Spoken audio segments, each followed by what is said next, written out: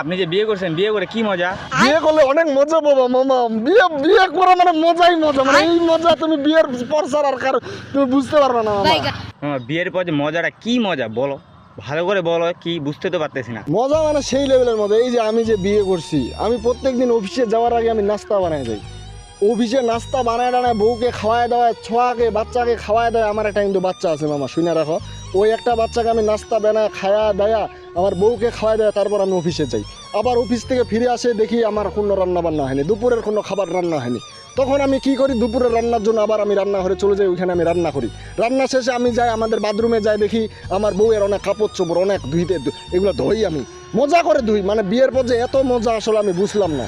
আমার বউ খালি নাক ডাকে খালি ঘুমায়, এইভাবে খালি ঘুমায় আমার বউ।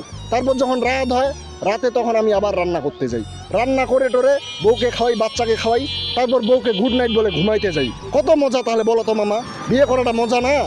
থাক মামা, আমি বিয়ে করবো না। বিয়ে করে এত মজা, আমার এত মজার দরকার নেই।